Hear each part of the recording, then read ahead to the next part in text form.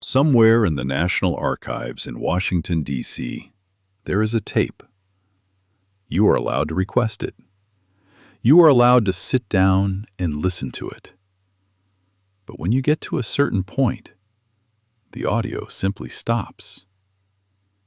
18 and a half minutes of silence. Gone. Erased. On purpose.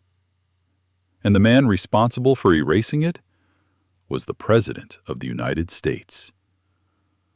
What was on those 18 and a half minutes? What secret was so explosive, so dangerous, so utterly devastating that the most powerful man in the world chose to destroy his entire presidency rather than let it be heard?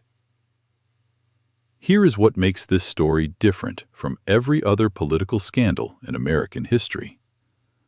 Nixon didn't have to erase those 18 and a half minutes. He had months to destroy every single tape in the White House, every conversation, every meeting, every whispered word recorded in the Oval Office. He could have made it all disappear. He kept everything. Everything, except those 18 and a half minutes. Which means whatever was in those 18 and a half minutes was in a category of its own. Something so uniquely catastrophic that a man who was willing to go to prison chose to protect it anyway. We still don't know what it was, but we have some very disturbing clues. Go back with me. June 17th, 1972, 2:30 in the morning. Washington, D.C. is asleep. A security guard named Frank Wills is doing his routine rounds at the Watergate hotel and office complex. He notices something odd. A piece of tape, the kind used to keep a door from locking, stuck across a door latch on the parking garage level. He removes it, thinks nothing of it, continues his rounds. 20 minutes later, the tape is back. Someone had retaped the door while he was walking. Someone was still inside the building. Frank Wills called the police. Within minutes, 5 men were arrested on the 6th floor of the Watergate complex, inside the offices of the Democratic National Committee. They were wearing surgical gloves. They were carrying sophisticated bugging equipment. And in their pockets, thousands of dollars in consecutively numbered $100 bills. Consecutively numbered, as if they had all come from the same stack. As if someone had handed them a bundle of cash right before they walked in. When investigators traced those serial numbers, they led directly back to a fundraising account for the Committee to Re-elect the President. Richard Nixon's Re-election Committee. But here is what nobody ever asks. Nixon was going to win the 1972 election in the biggest landslide in modern American history. Every poll, every analyst, every political mind in Washington knew it. He didn't need anything from the Democratic Party's headquarters. He didn't need their strategy documents. He didn't need their opposition research. He was going to crush them. So why? Why send 5 men, including a former CIA officer, into that building in the middle of the night? What were they actually looking for? That former CIA officer's name was E. Howard Hunt. And his presence in that building is the detail that changes everything. Hunt was not a political operative. He was not a campaign manager. He was not the kind of man you send to steal polling data. E. Howard Hunt had spent his career in the darkest corners of American intelligence. He had been involved in the overthrow of the Guatemalan government in 1954. He had helped plan the Bay of Pigs invasion. the CIA's disastrous attempt to assassinate Fidel Castro. He had connections to organized crime, to Cuban exiles, to intelligence networks that operated completely outside the law. This was the man Nixon sent to the Watergate, not for campaign documents, for something else. And then there is the other name, James McCord. Also arrested that night. Also a former CIA officer. Also a man whose career had been spent in places and operations that the American public was never supposed to know about. 2 ex-CIA officers, in the middle of the night, inside the Democratic Party's headquarters. One former intelligence operative who worked on this case for years, and who asked not to be named, said this: "When you see who was in that building that night, you stop asking what they were looking for. You start asking what they already knew, and who told them to go get it." Nixon found out about the arrests the next morning, and within 72 hours, he was already working to cover it up.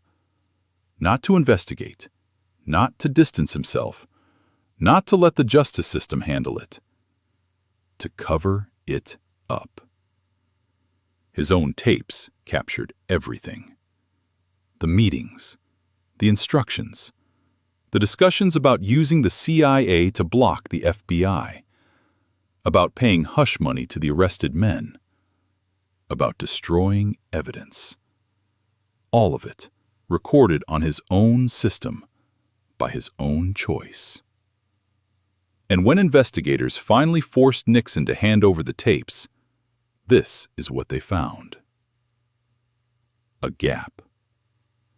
18.5 minutes of audio erased. Nixon's personal secretary, Rosemary Woods, sat in front of Congress and demonstrated how it happened. She said she had been transcribing the tape when she accidentally hit the record button and then reached across her desk to answer a phone, holding that position for 18.5 continuous minutes. The photo of her demonstration became one of the most famous images of the entire Watergate scandal. Rosemary Woods stretched across her desk in what journalists immediately called the Rosemary Stretch. Independent experts analyzed that tape. They found evidence not of one accidental erasure, but of at least 5 separate, deliberate erasures. 5. Someone had gone back to that tape multiple times and systematically destroyed what was on it. E. Howard Hunt, the CIA operative arrested at the Watergate, spent the rest of his life carefully dropping hints to journalists, to investigators, to his own family. On his deathbed, he allegedly told his son that Watergate was not what it appeared to be, that the break-in was connected to something much older, something that went back to 1963, to Dallas, to the assassination of President Kennedy. His son published those claims.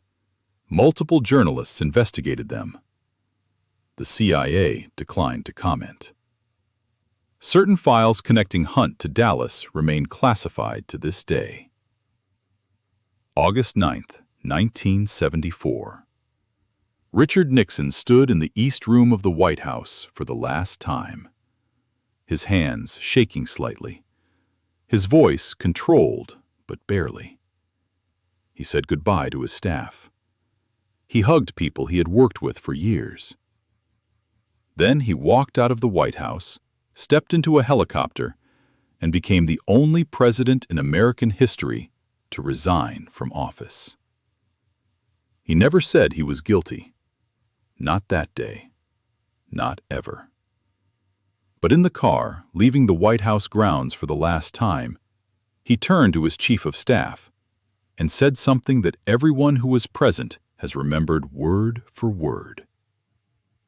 "I gave them a sword, and they stuck it in." Not, I made a mistake. Not, I broke the law. They stuck it in. The words of a man who believed he had been hunted, maneuvered, set up by people who had been waiting for decades for exactly this moment. People who knew what was on those 18.5 minutes and used that knowledge to end him. 50 years later, the tape still has that gap. The gap is still silent. The files are still sealed. E. Howard Hunt is dead. Rosemary Woods is dead. Nixon is dead. And we are still sitting here asking the same question that Frank Wills, the security guard who found that tape on the door in 1972, asked when he realized what he had stumbled into. What were they really after? What do you think was on those 18.5 minutes? Do you think Nixon was hiding something bigger than Watergate? Or do you think we already know the full story? Tell us in the comments. And if you want more stories like this, the tapes they erased, the files they sealed, the secrets they buried and hoped you'd never find, subscribe to Behind Closed Doors, because we are just getting started.